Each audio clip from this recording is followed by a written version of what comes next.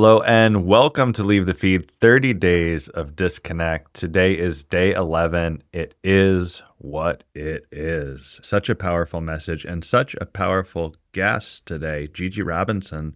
Welcome to the show. Thanks for having me. I can't wait to get into it.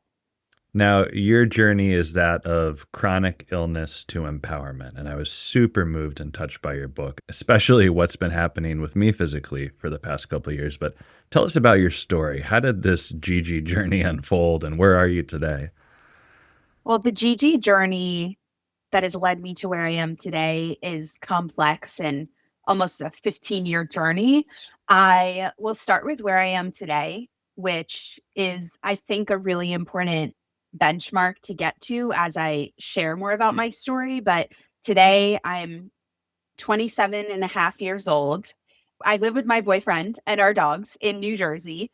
I was born and raised in New York, and I never thought I would live in New Jersey. Like, ew, why would I ever do that? And now that I'm here, I feel like it's the best kept secret. And I tell everyone I meet that I actually love the suburbs. It's been so healing for my nervous system. And as I have been on my, I guess, recovery journey and my journey to figure out what my new normal is with endometriosis and alpha gal tick allergy syndrome, I've been able to manage my chronic illness in ways that I just never thought could give me the life that I want.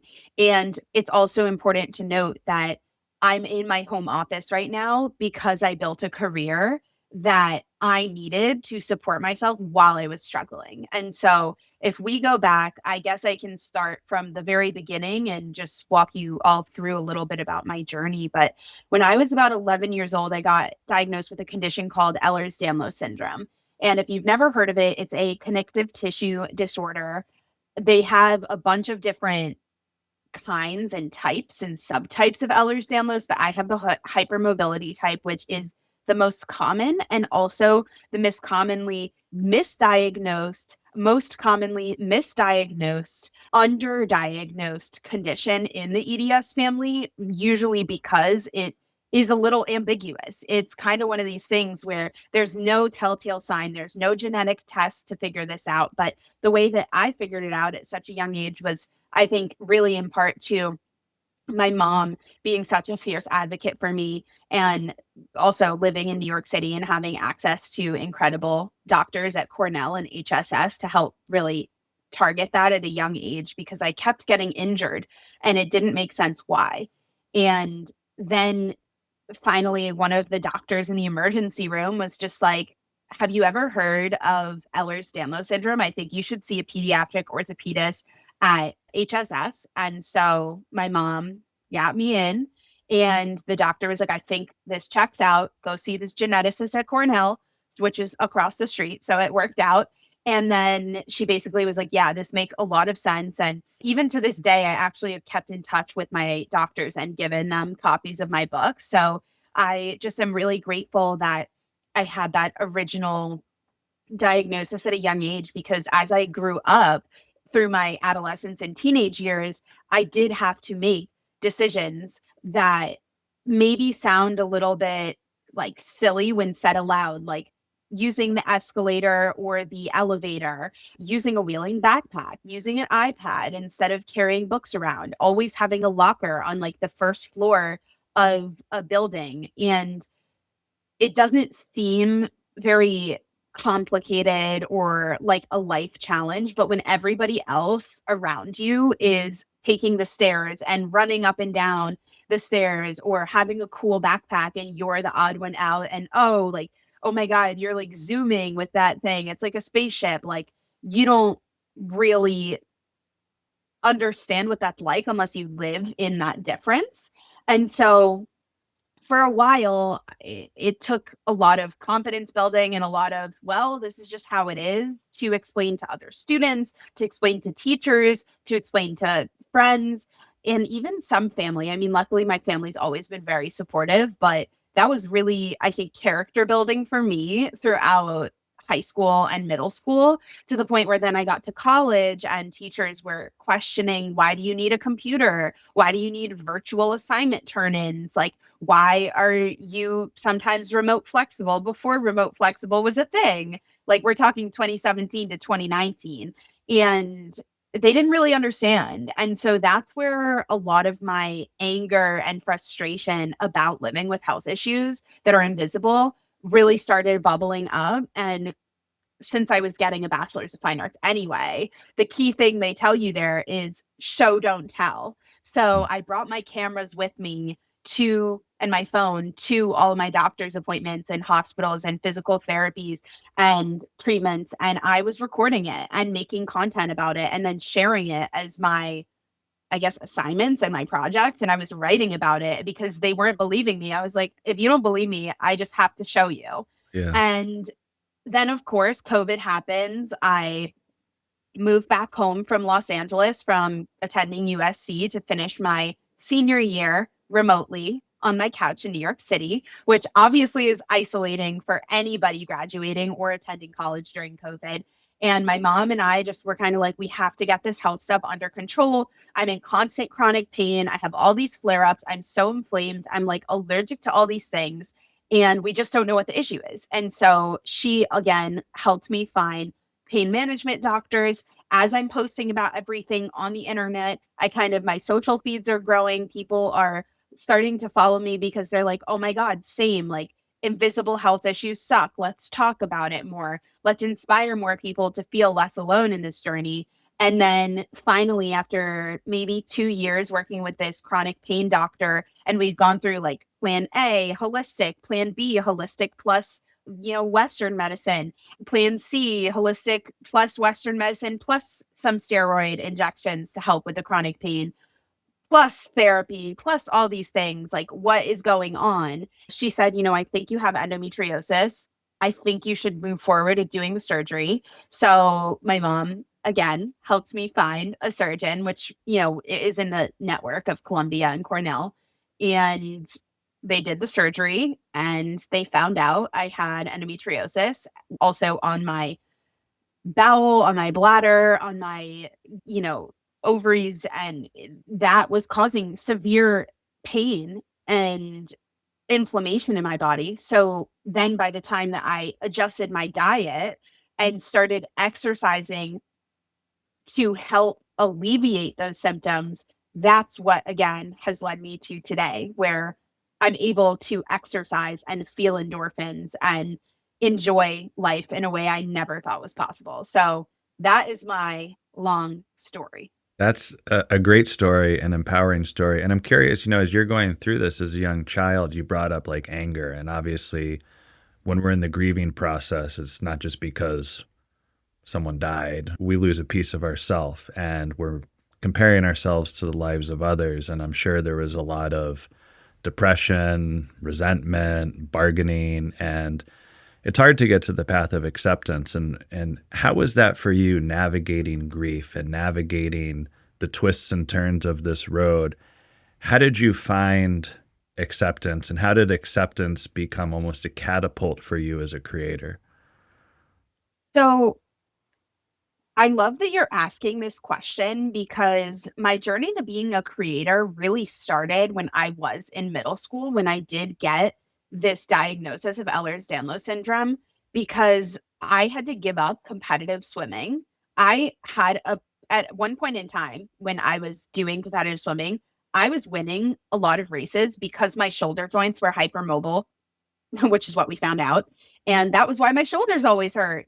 And doing butterfly was so much easier for me than other people because my shoulders could do a bigger and better, faster rotation than other Hmm. people. That said, it's more damaging.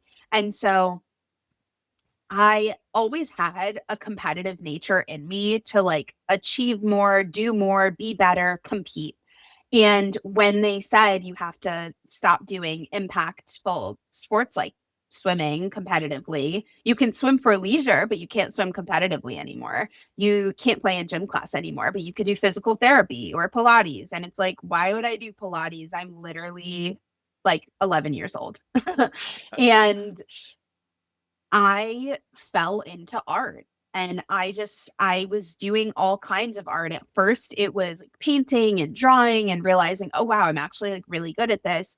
And then I picked up my dad's D70, which is a Nikon camera, and I just fell in love with it. And I ended up going to a photography camp.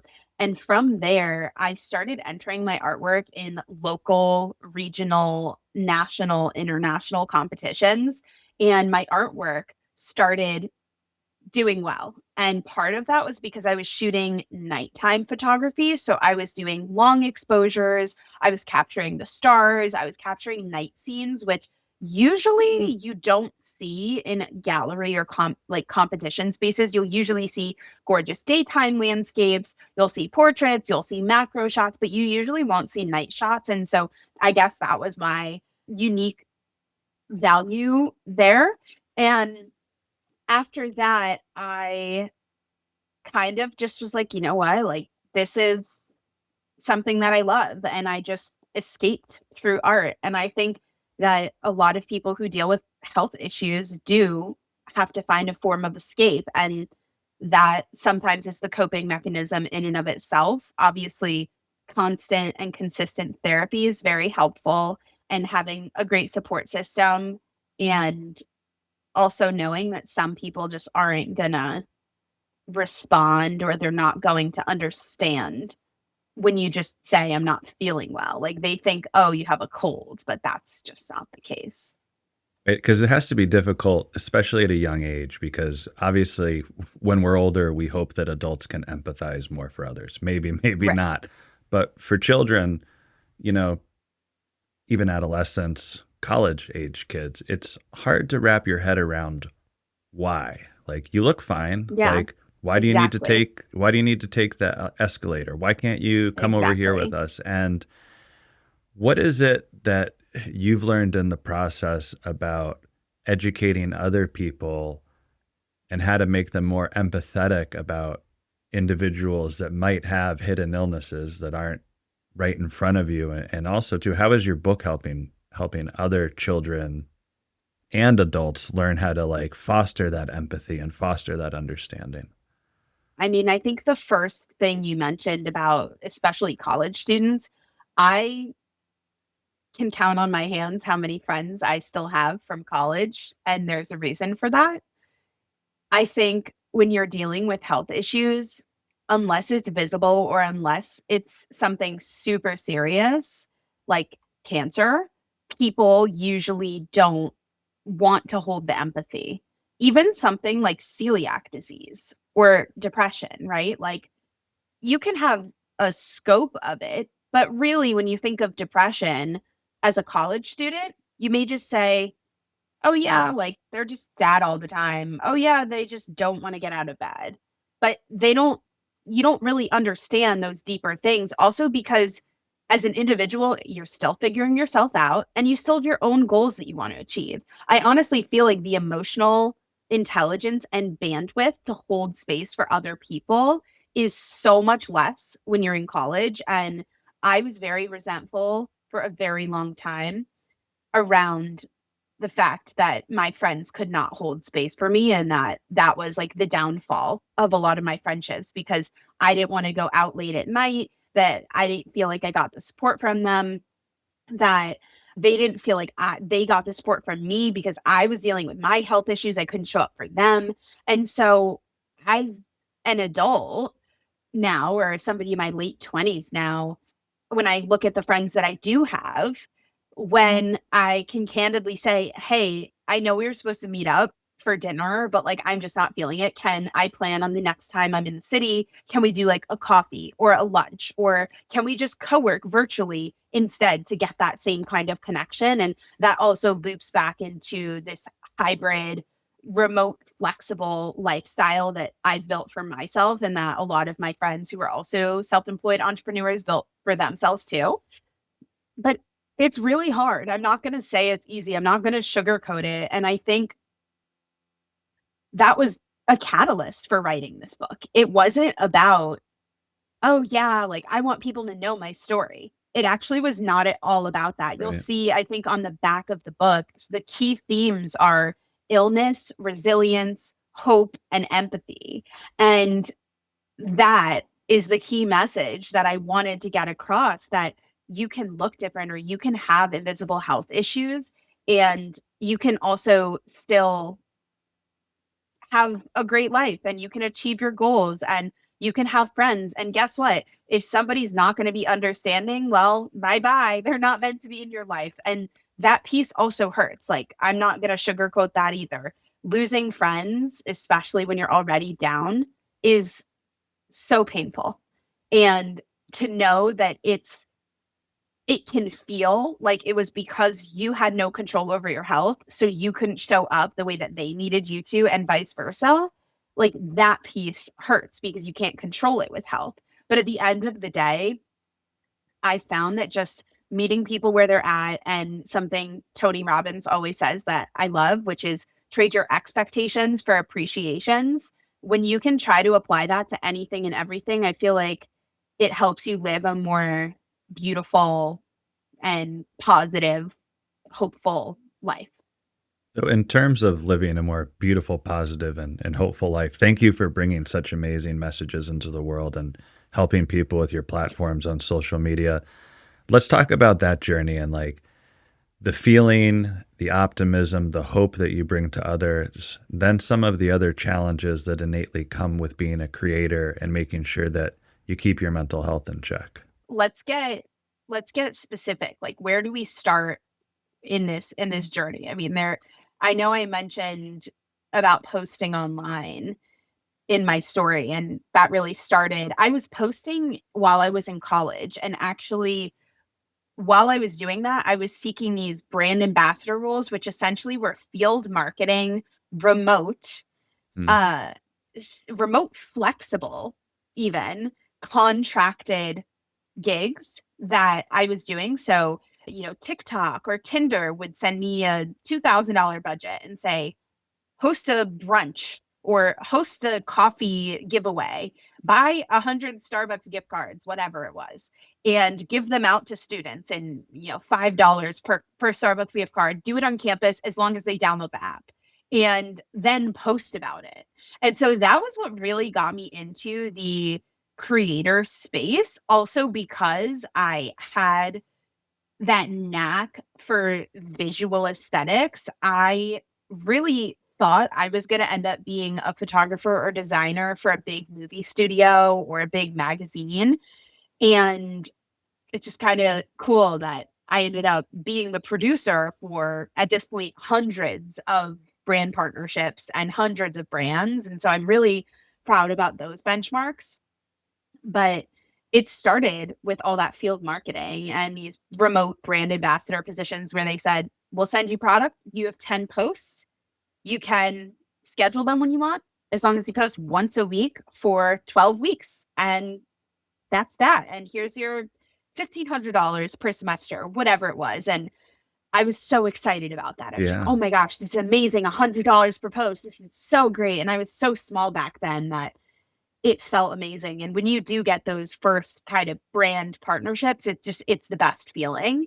And for me, it was never about validation. It was never about helping other people. It was like, I'm talented and I'm getting paid to shoot content and share it because people follow me because they like seeing what I have to offer.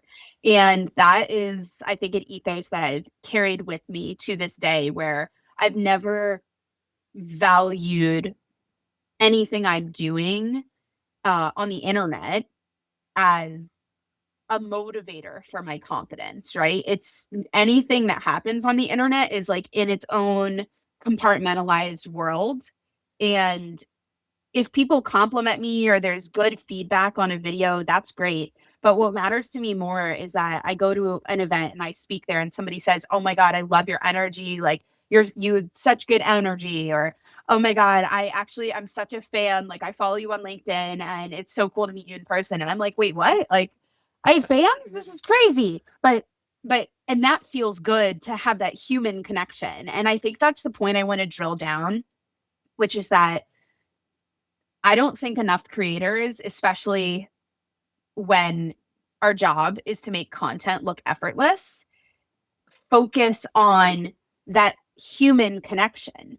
It's my job to make content on my page, and it's my job to make it look effortless. It's my job to consistently deliver and always be pumping out new content. Obviously, that is very exhausting when you have to upkeep multiple platforms. And there are times where I fall off of certain platforms. And guess what? That's like fine. I have certain areas of my business that fuel me and I focus on those. Like focus on where the money is, to be honest. That's the best business advice I've ever given or gotten.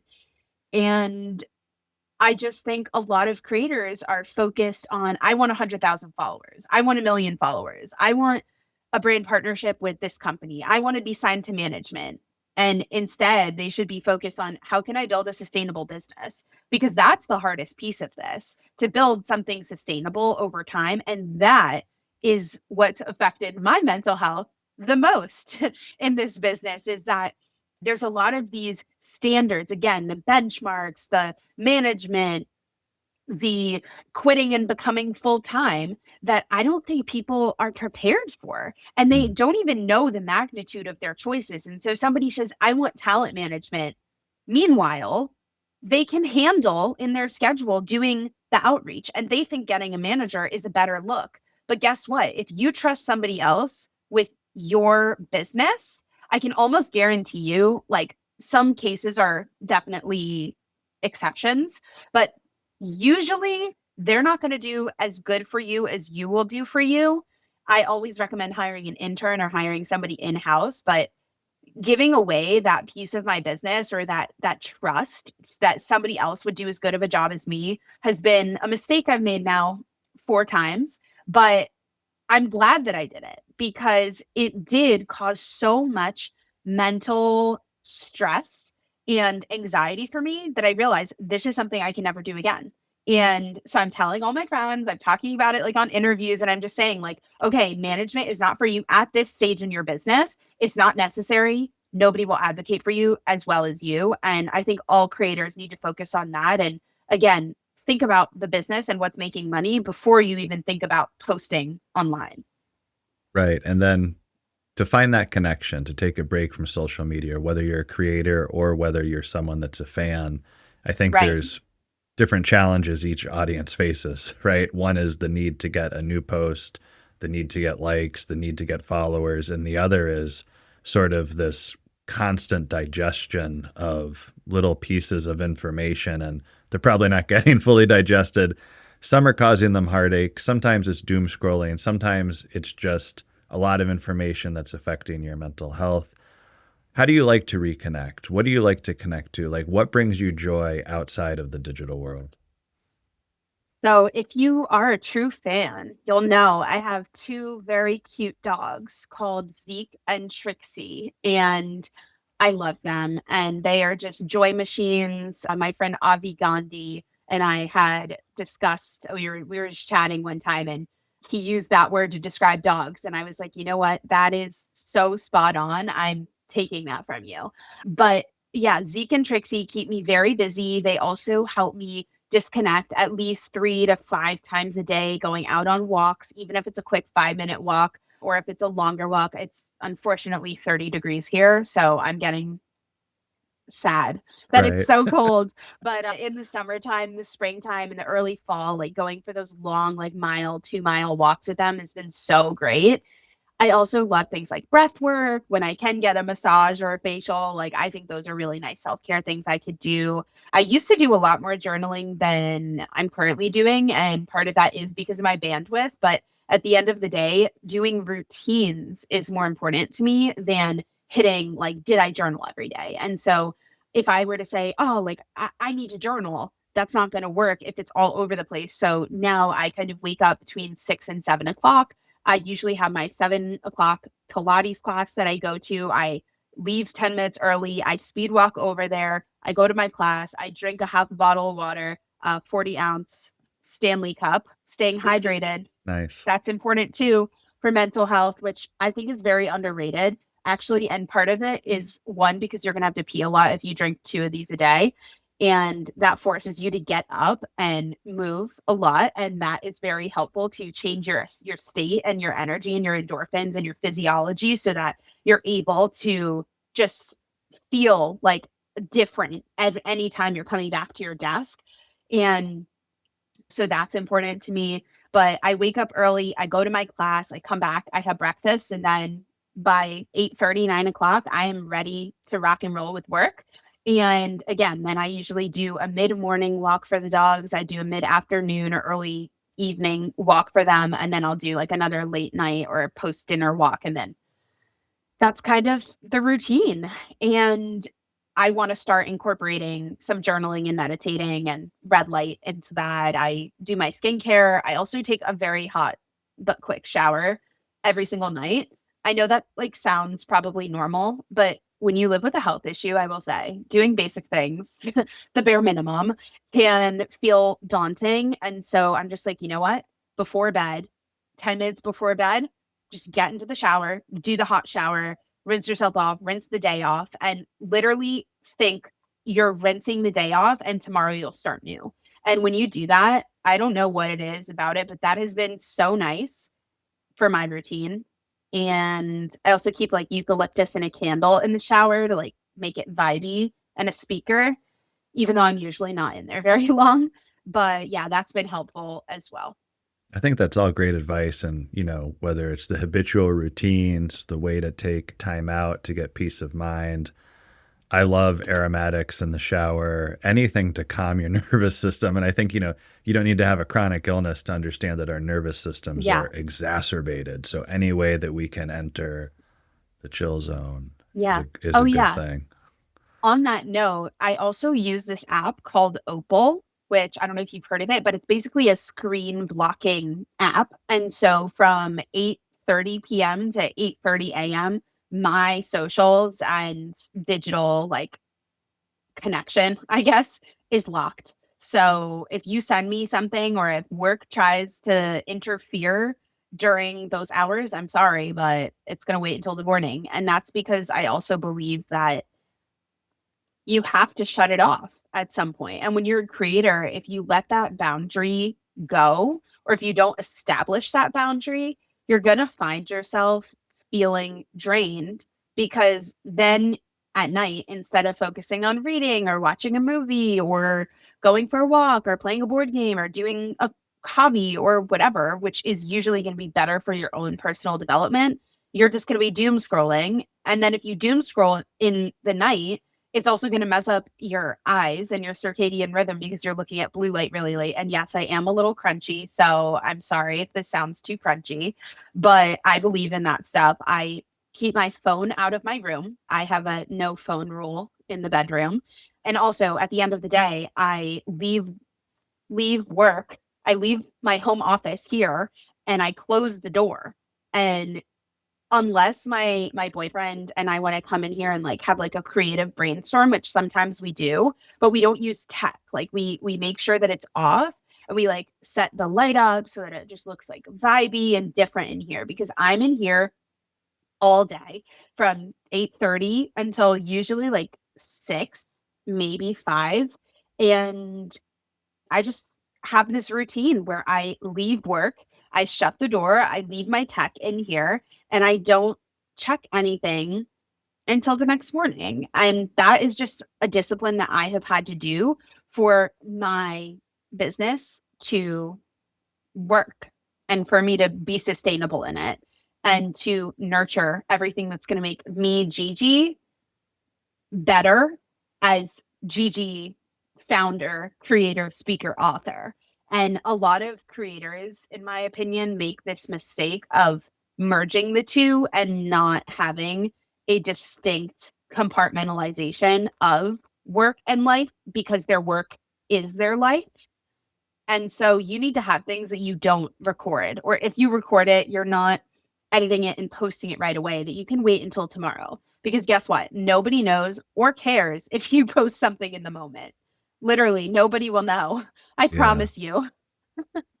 Well, I love the idea of sacred time, sacred spaces. It's something we all need more of, and that ability to disconnect. Now, there are people right now that are listening to this that are either going through a 30-day disconnection challenge or some people that are just looking to get inspired by creators and get healthier social media habits. What encouragement, advice do you have for them on their journey to create balance within this digital force that beckons to all of us? So for a while, I used to think it was like, oh, build a social schedule and like really stick to it. For me, that doesn't work. It just doesn't work. I personally need to spend time getting into my feed, seeing what inspires me, and I have designated time on my schedule with time blocks. So something I like to call creator business days are very real things that I do where I have some admin days, I have some days dedicated to filming, but other times I'll just do a block or two of filming during the day. Maybe it'll take me 30 minutes max per video to film when I have to film, and then I'll spend time editing it another day.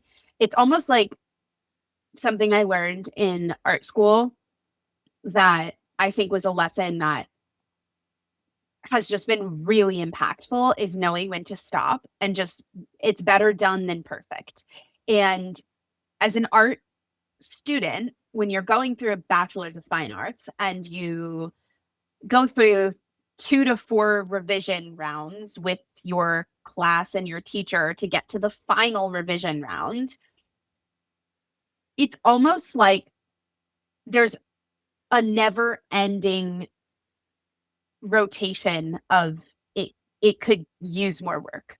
There's just never a point where you're going to be fully satisfied and say, I think this is perfect. I mean, it happens, but as an art student, they force you to bring 2, 3, 4 critiques sometimes of the same project with a different edit, a different crop, a different aspect ratio, a different presentation. And the reason they do that is obviously to prepare you for working in real life creative world where that happens at agencies, that happens at creative media houses, etc. But as a creator, usually you're the one who has to do the critique. And so I found that if I film something and then I have to go straight into editing it, that I have a hard time getting it better done than perfect. I just will keep trying to perfect it and like want to keep filming whatever instead of just saying, you know what? I filmed all my lines. I got it. I don't need to do any more. And then the next day going, okay, maybe we've uploaded everything into the Premiere Pro or CapCut or whatever I'm using to edit, and then I'm going to edit that next day. And then it's like you're seeing it with a new fresh perspective, which has just really helped me again, like in my workflow, just be less nitpicky. And it's because you have to wear so many hats as a creator. So definitely better done than perfect, and put time on your calendar, especially if you're doing this full time. Put time on your calendar that's segmented towards different areas. I will say, I also have my email open all the time, my Instagram, my LinkedIn, and yeah. Oh, and ChatGPT. I have all of those tabs open, non-negotiable every single day, all the time. And those just help me kind of keep tabs throughout the day. If I'm taking a quick break, I'll just take like a quick scroll break for like 5 minutes and just see is there anything interesting, inspiring. But again, that's baked into my calendar. And also, if you're not doing this full time, I guess figuring out your goal. Because if you have a goal to just post on social media, that's great. But like, is it a hobby or is it to make money? Is it a business? And I know it takes some time to actually get traction and start making money with it. But you really can't get to the point where you're making money without it being a hobby first. And so you kind of have to figure out, when do I want to start pitching myself? When do I actively want to label that I'm a professional trying to make this a business? And when you're doing it part time, I'm sure it's a lot harder to juggle because you don't have all of your eggs in one basket.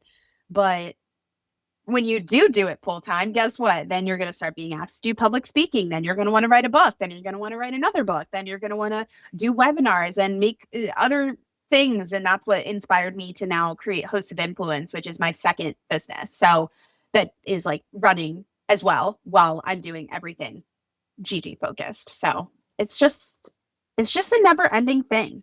You have to keep iterating on.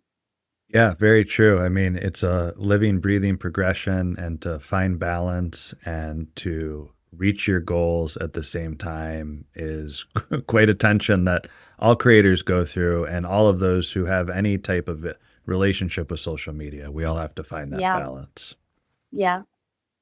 Well, thank you so much. You've been such an amazing guest. I love your story. Your book is Thanks.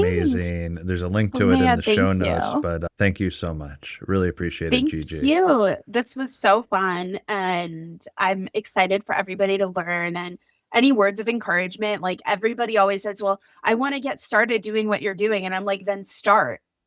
They expect me to say something like super profound. And I'm like, guys, like literally, you're the only person stopping yourself.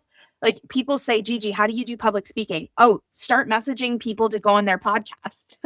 Start there. You're not going to get invited to be on a panel tomorrow if you started posting yesterday. So you just have to take these baby steps and over time you'll definitely get there, but you have to just start. Awesome. Great words Yeah. of advice. Share, leave the feed with a friend, give us a rating, and don't be afraid to disconnect. Thanks, Gigi.